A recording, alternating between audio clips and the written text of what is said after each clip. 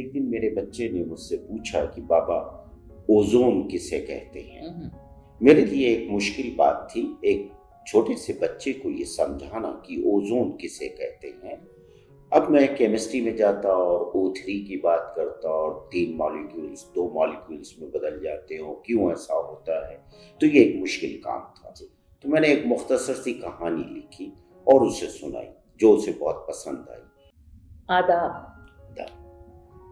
آج ہمارے ریختہ کے اسٹوڈیو میں بچوں کے ایک بہت اہم اور ایک بہت بڑے ادیب ادریس صدیقی صاحب تشریف لائے ہیں۔ یہ ٹورانٹو سے آئے ہیں اور آج ان کی ادبی خدمات کے بارے میں، بچوں کے ادب کے بارے میں ان سے ہم گفتگو کریں گے۔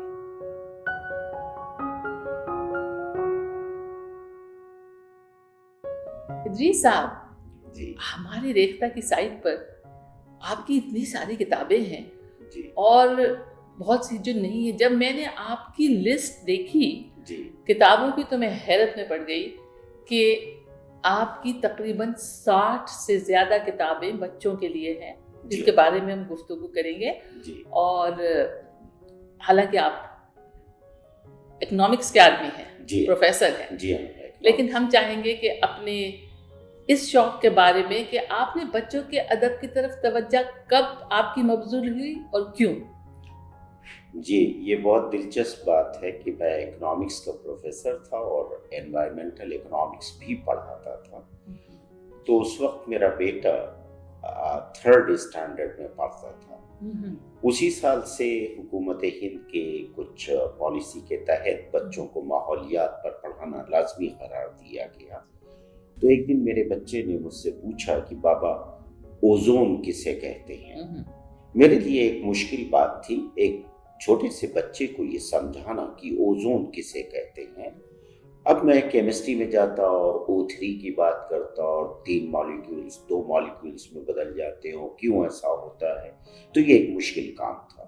تو میں نے ایک مختصر سی کہانی لکھی اور اسے سنائی جو اسے بہت پسند آئی، اور اس طرح سے میرا کہانیاں لکھنے کا سلسلہ دوبارہ شروع ہوا۔ دوبارہ مطلب؟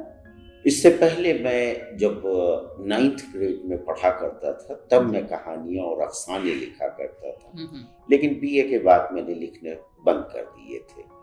بچوں کی کہانیاں لکھنا اور بامقصد کہانیاں لکھنا یہ اس وقت سے شروع ہوا، اور اس کے بعد میرے ذہن میں یہ بات آئی کہ آج جو طریقہ تعلیم ہے وہ بڑا فرسودہ ہو چکا ہے۔ بچوں کے لیسنس ہیں، میں خود ان کتابوں کو جب پڑھتا ہوں تو مجھے نیند آنے لگتی ہے۔ ان کتابوں میں کسی بچے کی دلچسپی نہیں ہو سکتی، اس کے لیے یہ سزا کی طرح سے ہے۔ تو میرے ذہن میں آیا کہ کیوں نہیں آئیے تعلیم کو سزا سے مزہ میں بدل دیں۔ کہانیوں کے ذریعے کہانیاں مؤثر طریقہ کار ہیں پڑھانے کا، تو تعلیم کیوں نہ کہانیوں کے ذریعے دی جائے، اور میں نے اسی سمت میں کام کرنا شروع کر دیا، اور نتیجہ یہ ہے کہ آج میری 60 کتابیں آپ کے سامنے ہیں۔ ان میں ان کتابوں کا ذکر کرنا بہت ضروری سمجھتا ہوں جو سائنس کی تعلیم دینے کے لیے ہے۔ اتر پردیش میں جب میں نے سنا، جہاں کا میں رہنے والا ہوں، کہ وہاں کے مدارس میں حکومت نے سائنس کی تعلیم لازمی قرار دی ہے، وہ مدارس جو سرکاری امداد پاتے ہیں۔ تو یہاں میں آپ کو انٹرپٹ کروں گی، تو اس لیے آپ نے اردو میں لکھنا شروع کیا؟ اردو میں ضرورت تھی؟ نہیں، اردو میں لکھتا پہلے سے تھا، لیکن کہانیوں کے ذریعے سائنس کی تعلیم دینے کے بارے میں نے اردو میں لکھنا شروع کیا، تاکہ ان مدارس میں جو مولوی حضرات بچوں کو پڑھاتے ہیں وہ سائنس خود بھی سمجھ سکیں اور بچوں کو کہانی سنا کر انہیں بھی سائنس سمجھا سکیں۔ تو اس سلسلے میں نے 5 سال کام کیا، اور وہ کتابیں اب پریس میں ہیں اور ایک کے بعد ایک وہ شائع ہو رہی ہیں۔ تو میری کوشش ہے کہ تعلیم کو سزا سے مزہ میں بدل دیا جائے۔ جدید موضوعات پر میں کہانیاں لکھتا رہا جو نیشنل بک ٹرسٹ سے اور مکتبہ جامعہ وغیرہ سے شائع ہوتی رہی، لیکن سائنس کی تعلیم کہانیوں کے ذریعے دی جائے، یہ تجربہ جو میں نے کیا ہے، یہ کتابیں اب شائع ہو رہی ہیں، اور اس سلسلے میں بہت سے دینی تعلیمی مراکز سے میں بات کر چکا ہوں پچھلے 2 سالوں میں جی، اور وہ کسی حد تک اس بات سے قائل ہے کہ کہانیوں کے ذریعے سائنس کی تعلیم وہ دے سکتے ہیں، ورنہ ان کے لیے یہ ایک بہت بڑا مسئلہ تھا کہ وہ سائنس کیسے پڑھائیں۔ جی، کیونکہ میں نے آپ کی کتابیں پڑھی، میں خود سائنس کی طالبہ ہوں جی، لیکن میں یہاں ریختہ پہ بچوں کے سیکشن کو ڈیولپ کر رہی ہوں، تو میں نے پوری کہانیاں پڑھی اور وہ واقعی بہت دلچسپ ہیں، اور بات میں سمجھتی ہوں کہ مشکل کسی کانسیپٹ کو بچوں کے لیے بالکل ایک پانی کی طرح بیان کرنا، آپ اس طرح بیان کرتے ہیں، تو اس میں آپ کو کبھی دشواری آئی یا کیا چیلنجز آپ کے سامنے آئے جب آپ یہ کر رہے تھے؟ تو یہ بہت اہم سوال ہے، مجھے بہت خوشی ہے کہ یہ کہانیاں پڑھی گئیں، سمجھی گئیں۔ دشواری سب سے بڑی یہ آتی ہے کہ اردو میں الفاظ کی بہت کمی ہے، جی، دامن بہت تنگ ہو چکا ہے۔ مثال کے طور پر میں کینیڈا میں رہتا ہوں، میرے یہاں اسنو بھی ہے اور برف بھی ہے۔ اسنو کی مختلف قسمیں ہیں میرے یہاں، کہ اس طرح کی اسنو گر رہی ہے، وہ پھر آئس میں تبدیل ہو جاتی ہے، بلیک آئس خاص طور سے ہمارے یہاں بہت ہو جاتی ہے اور وہ کافی ہمارے لیے دشواری پیدا کرتی ہے۔ سوال یہ ہے کہ ایک اردو کا مصنف برف ہی لکھے اگر، تو وہ اسنو میں اور آئس میں فرق کیسے سمجھائے؟ جی، یہ تو بہت، یہ ایک مثال کے طور پر ہے۔ الفاظ کی کمی کے علاوہ اصطلاحات کی بہت کمی ہے، یا تو اصطلاحات اتنی مشکل ہیں کہ بچہ انہیں سمجھ نہیں سکتا۔ مثال کے طور پر میں ایک کہانی لکھ رہا تھا فوٹو سنتھیسس پہ، کہ کس طرح سے پودے اپنی غذا بناتے ہیں۔ تو فوٹو سنتھیسس کا جو ضیائی تالیف، جو اس کا ترجمہ کیا گیا، وہ ناقابل فہم ہے۔ کیا تھا یہ اصطلاح، اس کی کیا بنائی آپ نے؟ ضیائی تالیف۔ یہ تو بہت مشکل ہے، بہت مشکل ہے۔ اسی طرح سے جب میں لکھ رہا تھا کتابیں سائنس کی، تو اس میں مثال کے طور پر سولوشن، سالیوٹس، سالیبلٹی، کرٹیکل لیمٹ آف سالیبلٹی ہے۔ اب میں نے دیکھا کہ اس میں الفاظ جو ہیں وہ محلول، تحلیل پذیری، یہ بے حد مشکل الفاظ ہیں۔ NCERT کی کتابوں میں بھی یہی اصطلاحات پائی جاتی ہیں کیونکہ اور کوئی ہے ہی نہیں۔ تو میں نے اس کی جگہ پر عام بات چیت میں جو ہم زبان استعمال کرتے ہیں کہ بھئی یہ گھول ہے، شکر کا گھول ہے۔ دیکھیے گھول ایک بہت ہی ہر آدمی سمجھ لیتا ہے، بچہ بھی سمجھ لیتا ہے۔ شکر گھلنے والی ایک چیز ہے، وہ پانی میں گھلتی ہے۔ تو اس طرح سے گھول، گھلنا، گھلتی، گھل جانے والی چیز آسان ہو جاتی ہے بنسبت تحلیل پذیری بتانے کے۔ خیر وہ تو بچوں کے لیے بالکل غیر ضروری ہے، بالکل بیکار ہوتی ہے ترجمے۔ تو بچپن میں میرا ایک تجربہ ہو چکا ہے کہ جب میں اردو میڈیم اسکول سے ہندی میڈیم اسکول میں گیا اور مجھ سے کہا گیا کہ آپ لگھتم سماپور تک نکالیے، تو میں نے پوچھا کیا آدِ عظیم مشترک نکالنا ہے؟ تو میرے ٹیچر نے کہا کیا یونانی دوا کا نام ہے؟ تو یہ جو ہم نے اصطلاحات بنائی ہیں، یہ بچوں کو ذہن میں رکھ کر نہیں بنائی ہے۔ ان کی جو سمجھ بوجھ ہے اس کے مطابق نہیں، ان کے معیار کے مطابق ہم نے الفاظ گڑھے نہیں ہیں۔ ضرورت ہے کہ عام بات چیت میں مکالمہ ہونا چاہیے بچے کے ساتھ، اور وہ کہانی کو سمجھ سکے، ان الفاظ کو بھی سمجھ سکے جو اسے بتائے گا۔ تو میں سمجھتی ہوں کہ آپ کے اوپر تو دوہری ذمہ داری ہو گئی، ایک تو بچوں کی کہانیاں لکھنا، ٹھیک ہے بچہ بن کے لکھے، ان کو اپنے مطلب ان کے قالب میں ڈھل کے لکھے، لیکن یہ اصطلاحات کی جگہ آسان لفظ لانا، تو اس میں تو آپ کو کافی دقت ہوئی ہوگی۔ یہ مشکل مرحلہ ہے، اور کافی حد تک میں نے یہ کوشش کی ہے کہ عام بول چال کے جو کامیاب ہیں آپ، کیونکہ جو میں نے کہانیاں آپ کی پڑھی، اور جو بچے، ایک تو کہانیاں ہیں آپ کی، اور ایک یہ کہ جیسے پانی کی آلودگی اور عالمی حرارت، اس کو بالکل آپ نے ایک عام فہم طریقے عام فہم کرنے کی کوشش کی۔ اس کے علاوہ آپ نے کچھ سوشل ایشوز پہ بھی لکھی ہیں کتابیں؟ ہاں، میں نے جیسے پہلی ایک کتاب لکھی تھی کہانیوں کی، اس وقت میں چائلڈ لیبر پر کام کر رہا تھا، یونیسیف کے ایک پروجیکٹ۔ تو یہ آپ کے اپنے تعلیمی میدان سے بھی ریلیٹ ہو گئی؟ تو اس وقت میں نے یہ، ہم لوگ عام طور سے اکنامکس میں پڑھاتے ہیں کہ لیبر یا چائلڈ لیبر کتنی قسم کا ہوا کرتا ہے۔ اب بانڈڈ لیبر ہے، کنٹریکٹ لیبر ہے، فورس لیبر ہے، اور اس کے سلسلے میں ہندوستان میں بچوں کو اس قسم کی مزدوری سے، جبریہ مزدوری جسے عام زبان میں کہتے ہیں، آزاد کرانے کی بہت کوشش کی جا رہی ہے، اور کیلاش ستیارتھی کو اسی بات کے لیے نوبل پرائز بھی ملا۔ بہت اہم کام انہوں نے کیا ہے اور کر رہے ہیں۔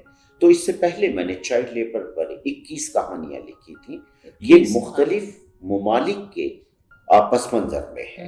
ہندوستان میں ہے، جیسے کہ فیروز آباد میں گلاس فیکٹری جو ہے، کانچ کا کام بہت ہوتا ہے وہاں پر، جیسا کہ مولانا آزاد میڈیکل انسٹیٹیوٹ کی ڈاکٹر شیلا برسے نے یہ بتایا تھا کہ بچی جو ہیں 3200 ڈگری سینٹی گریڈ کے سامنے کھڑے ہوتے ہیں، اس پر بچوں پر کیا بیتتی ہے، ان کے ذہنی ہی نہیں جسمانی نشو و نما پر کیا گزرتی ہے، یہ انہوں نے بتایا تھا۔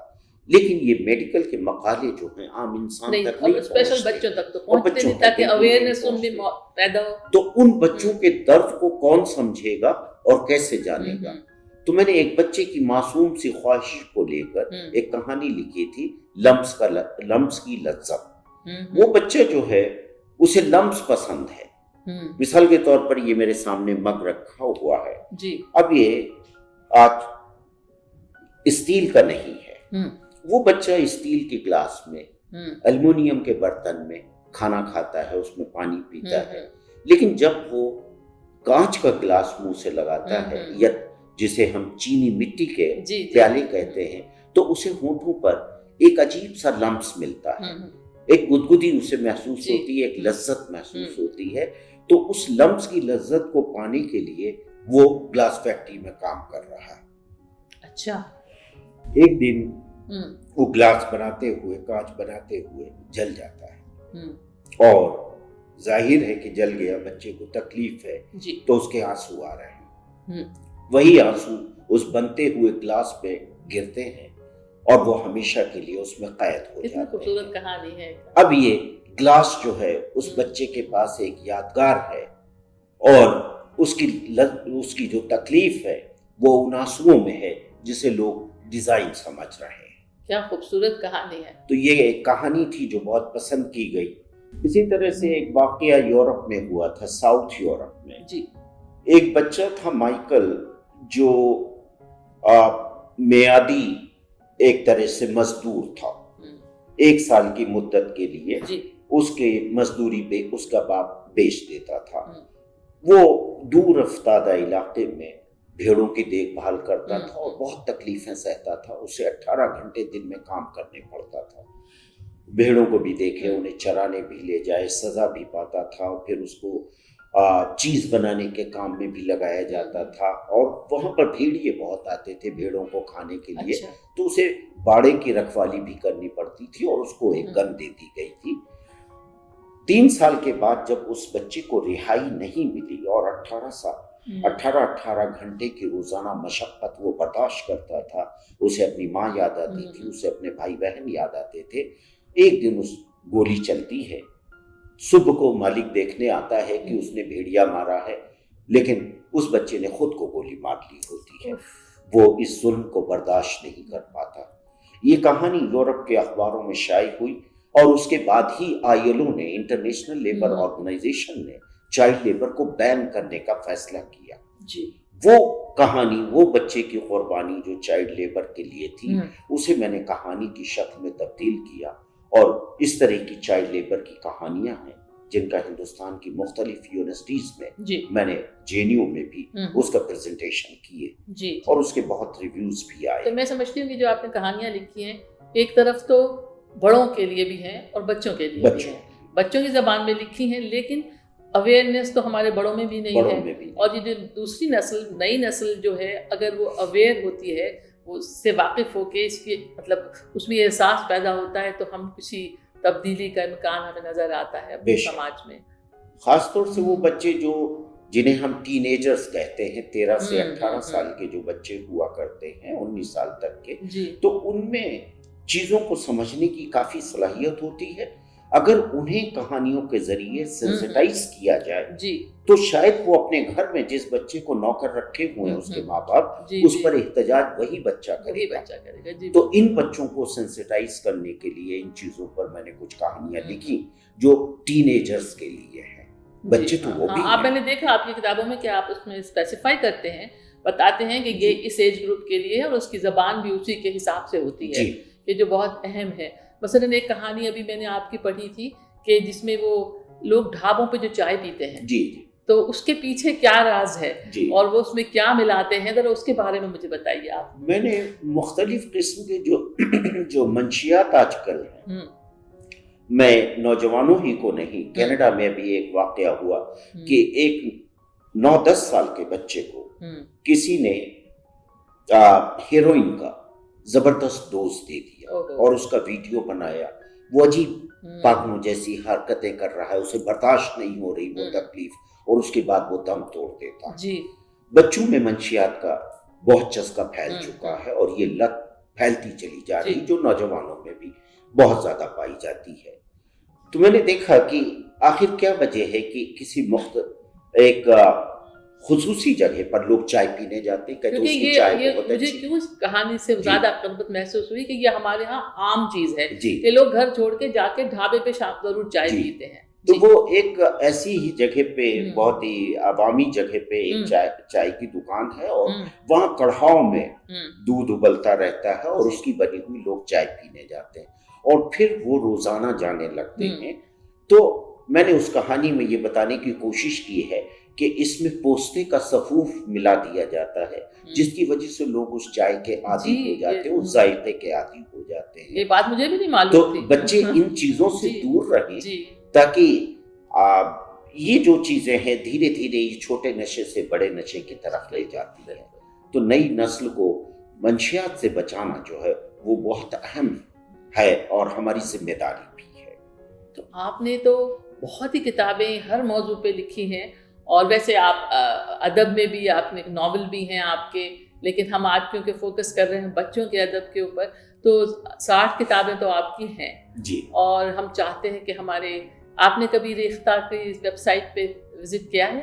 ریختہ کے جشن میں بھی میں شریک ہوا ہوں، ویب سائٹ باقاعدہ دیکھتا ہوں. ریختہ ایک انقلاب ہے اردو ادب کے لیے. ڈیجیٹلائز کرنے کے بعد اس ادب کو محفوظ کیا جا رہا ہے جو کتنے ہی ادوار پہ پھیلا ہوا ہے اور موجودہ دور میں بھی ہے. بچوں کا گوشہ جس وقت ریختہ کی ویب سائٹ پر الگ سے ہو جائے گا اور ان کے ویڈیو فلمز بھی ہوں گی، ان کہانیوں کی اینیمیٹڈ فلمز ہوں گی، تب آپ ایک اہم کام انجام دے رہے ہوں گے جس کا تصور نہیں، ابھی تصور نہیں. اس وقت بچے سوشل میڈیا پر ویڈیو گیمز پہ بزی ہیں، ان کی آنکھیں اسکرین پہ رہتی، انہوں نے کتابیں پڑھنا بند کر دی، کہانیاں وہانیاں نہیں پڑھتے، میگزینز بند ہو گئی ہیں. میری بہت فیوریٹ میگزین تھی چندا ماما ہندی کی، پراگ تھی، یہ ساری بند ہو چکی، اردو میں کھلونا بند ہو چکی. تو اس وبا سے جو ایک انقلاب آیا ہے ٹیکنالوجی کا، جس میں بچے اسکرین کی طرف آنکھیں چپکائے بیٹھے ہیں، آخر کیا مغرب میں بھی یہی ہو رہا؟ نہیں، ایسا نہیں ہو رہا. کینیڈا میں اگر آپ کسی بھی پبلک لائبریری میں دیکھیں، ٹورنٹو پبلک لائبریری ہر 2 کلومیٹر پر پائی جاتی ہے، وہاں بچوں کا گوشہ بہت بڑا ہے اور ہمیشہ بھرا رہتا ہے. میں کنڈرگارٹن ٹیچر تھی تو ہر 2 ویک بعد بچوں کو لائبریری لے جاتی تھی. اور آپ جب تھی تو آپ کو یہ بھی علم ہوگا کہ بچوں کو ایک کتاب دی جاتی ہے جو اس کے ماں باپ سناتے ہیں، اگلے دن بچے اس پہ بحث کرتے ہیں. تو آخر وہاں بچے کیا ان کو وہاں پر ویڈیو گیمز مہیا نہیں ہیں؟ وہ بھی میسر ہے. پھر وہ کیوں لائبریری آتے ہیں؟ کیونکہ ہم نے کہانیوں کی شکل بدلی، اس کے پیشکش کے طریقے بدل دیے. ہم نے کہانیوں کی کتابوں کو اتنا دلچسپ بنا دیا، باتصویر پہلے ہی بنا چکے تھے. اس کے بعد ہم نے آڈیٹری ویژول بکس بنائی جو خاص طور سے آٹزم کے بچوں کے بہت کام آتی تھی کیونکہ وہ سن کر نہیں سمجھ سکتے.